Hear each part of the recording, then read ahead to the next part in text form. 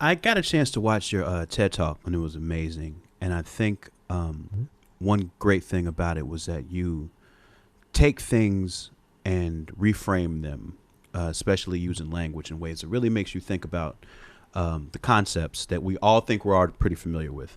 You spend time on, what I would call these barbecue Becky type incidents where typically it's a woman who we all call Karen now who has taken out her cell phone and is calling the police on a black person who is just living their life in some way or another.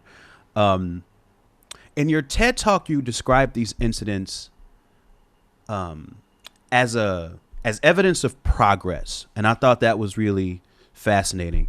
And if you would, I'd like you to explain that a bit here because I think it's really interesting. Yeah, it was. Thank you for watching it, and thanks for giving me a chance to talk more about it. That talk is called "How to Deconstruct Racism One Headline at a Time," and the discovery of progress happened like this. I had been flooded with, I think we all were, these like dash cam, shaky cell cam, vertical videos in our social media feeds of police killing people who looked a lot like us.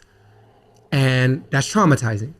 And it's really destabilizing in a Facebook-like environment where there's no segue into that. It's not like Right. Facebook says, now we're going to get to the traumatized Negro hour, right? And you can kind of brace yourself and get a glass of something or like emotionally prepare.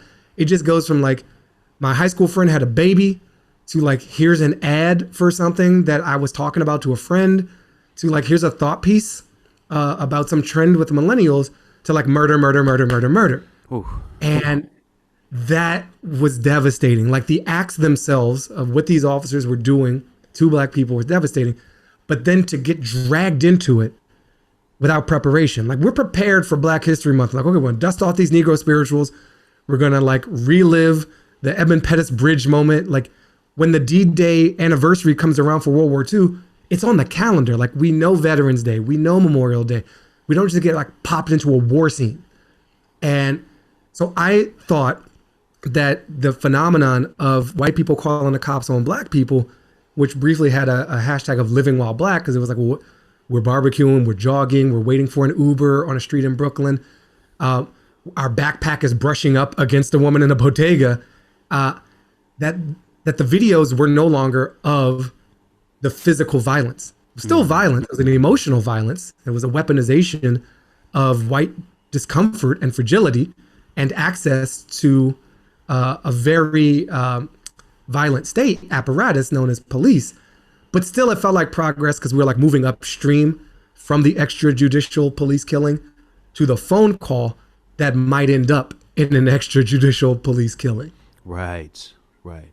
Okay, it's fantastic. I mean, I love that Incredible. idea and the framing of it. So I was glad to Thank you. have you talk about that some here.